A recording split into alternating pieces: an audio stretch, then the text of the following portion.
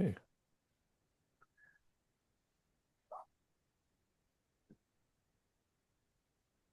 Okay, well, thanks for the invitation today. It's great to see a lot of old faces for a retrospective kind of event.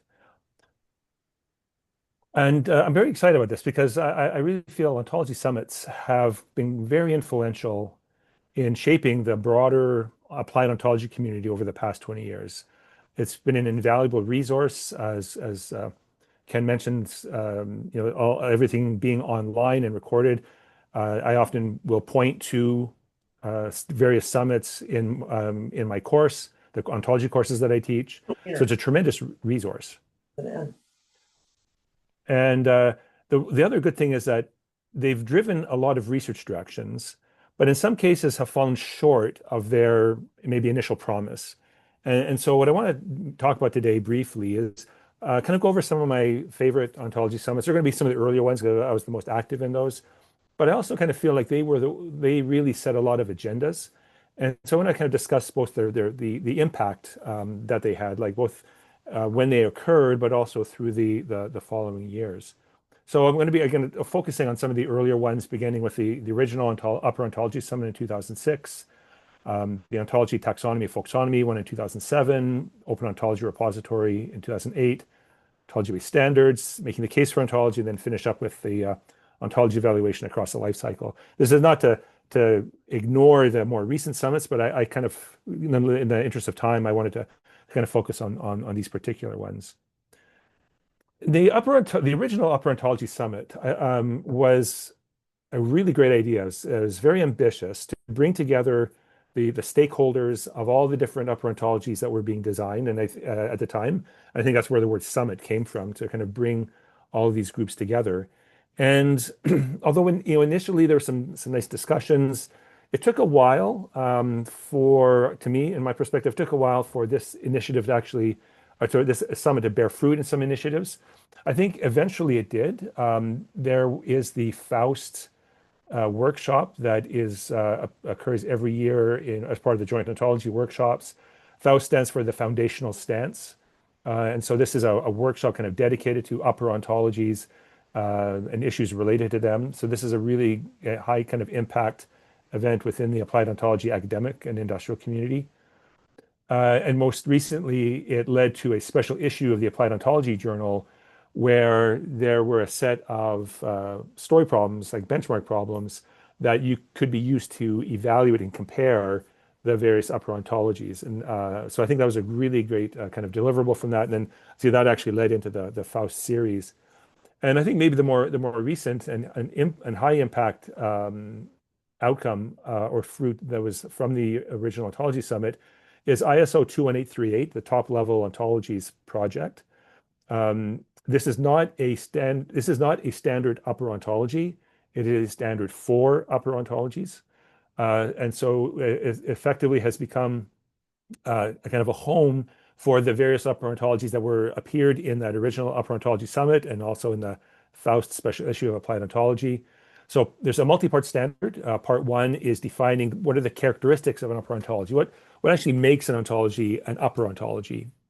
And then the subsequent parts are focusing in on demonstrating that a particular upper ontology actually satisfies those requirements. And it's both requirements in terms of content, but also requirements in terms of evaluation, consistency, modularization, etc.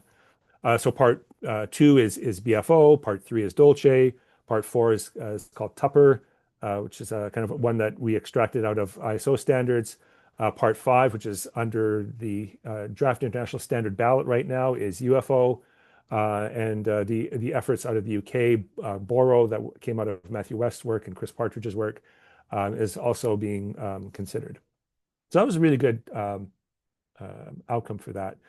I'm labeling this slide and some other later slides as regrets. I'm feeling a little more optimistic today. I mean, I think we could look at this as still open opportunities. I mean, the regrets insofar as they didn't actually happen, but I think it's a positive spin is that these are still opportunities that we can often address. So I think on the one hand, I think upper ontologies, independent of the work I just mentioned in terms of Faust, etc., upper ontologies are still silos. There's a lot of work there's not enough work, I think, in understanding the relationships. And people sort of just say, oh, yeah, I'm using this one, I'm using that one, or you're using that one. And we kind of say, okay, we'll agree to disagree. But there really is not a lot. I still believe there's not really enough interaction between them. The modularity of upper ontologies is also ignored. And a lot of people believe an upper ontology is monolithic, and so that requires a complete 100% buy-in. I'm of the opinion that that's not the case. That we can have modular upper ontologies where people can actually do more significant sharing and use multiple upper ontologies. I think the question of the evaluation of upper ontologies is still lacking. I mean, some have been, say, verified with respect to their underlying models of their axiomizations. And one other side effect of the ISO 21838 project was to actually force some projects to commit to a particular set of axioms. So now these are artifacts that can be analyzed, checked for their consistency, et cetera. But also the validation. Right? So the kind of the how well do upper ontologies actually represent the phenomena that they claim to represent? Again, very little work that's being done on that. Another aspect was within part one of 21838 was a kind of an attempt at kind of what are the characteristics of upper ontology.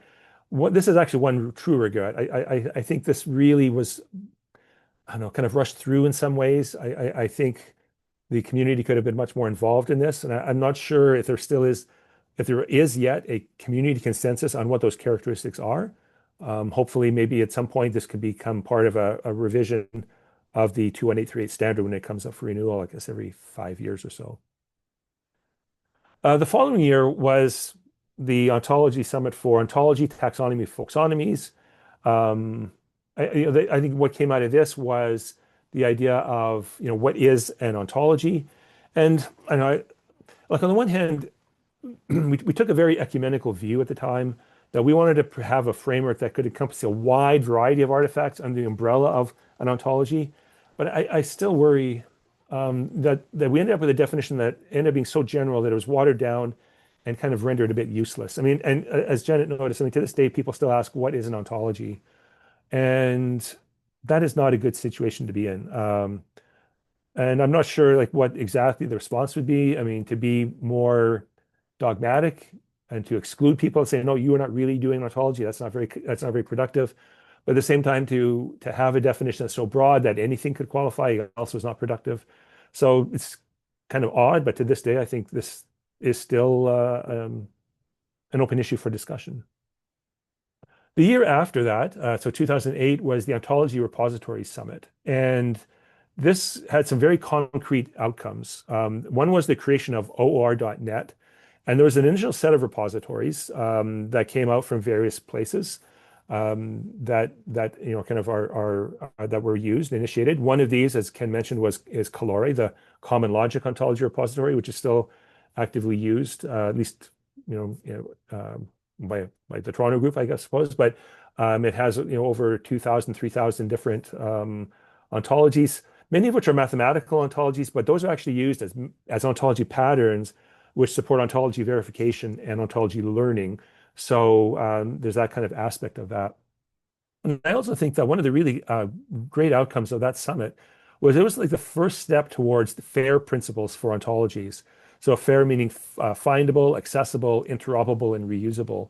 I think the idea of having these repositories that they could be findable and accessible was, I don't know, in some ways, that was the seed for that in terms of ontologies. And in the past, 4 or 5 years, there have been events at ontology conferences dedicated to FAIR principles for ontologies, and I think those all were motivated by this initial ontology summit for repositories. I think on the downside, there has been a bit of a lack of adoption. I think there was some momentum early on, and it sort of fizzled out to some extent. And partly this, another outcome was after Peter Yim's passing, he owned all of those domain names, and those are now dead, and they have been poached by domain name predators. And so this is something I need some help with this, particularly with Colore, because those links are no longer dereferenceable. So this is a particular challenge and obstacle, I think, to some adoption. I think another question could be whether something like the International Association of Ontology Applications could take it as one of its missions to host a comprehensive ontology repository or at least a clearinghouse lake, ontology lake, for different ontology repositories. So people can say, well, I'm looking for an ontology for X. Where do I go? How do I find it? Kind of idea. Again, it's still a bit of an unfulfilled promise. The year after that was ontologies and standards. And I think on the one hand, again, this is where people started thinking about something like ISO 21838, to kind of look at, how could we start dealing with ontologies in the face of standards. I think on the plus side, ontologies are really gaining an increasing profile within organizations like ISO. And there are numerous efforts not only within ISO but also within OMG. So I think again this particular summit that year started the ball rolling on bringing ontologies to the awareness of standards organizations and bringing standards organizations to the awareness of the ontology community. Although it's kind of been a mixed blessing. Even though there are a lot of groups within ISO that I know of, like I'm referring to ISO, that's my experience. I still work within ISO with the metadata, the data interchange group, SC32, and particularly WG2, the metadata group. So the problem is that the adoption of ontologies within organizations like ISO is still very chaotic, very ad hoc. There are multiple, maybe even dozens of definitions for ontology that different groups use. There's very little coordination, very little reuse. It's the city of 100 silos, to paraphrase Mark Twain. And so again, this is a true regret. I think this is another kind of missed opportunity. I'm not really sure how to help this. We need to maybe invest some sweat and tears here to really bring together a lot of these disparate groups within standards organizations to try to come up with some sort of neo-coherence. The year after that was, or I mean, not quite year after that, I think it might have been in 2011, making the case for ontology. And I think some of the initiatives that came out of this, I think were very interesting. I think first it highlighted the impact of ontologies. And I think it provided a lot of really good test cases. In work that I've done with various companies, I often point to this to have very concrete examples so you can see like exactly what the impact could possibly be. I think another useful deliverable out of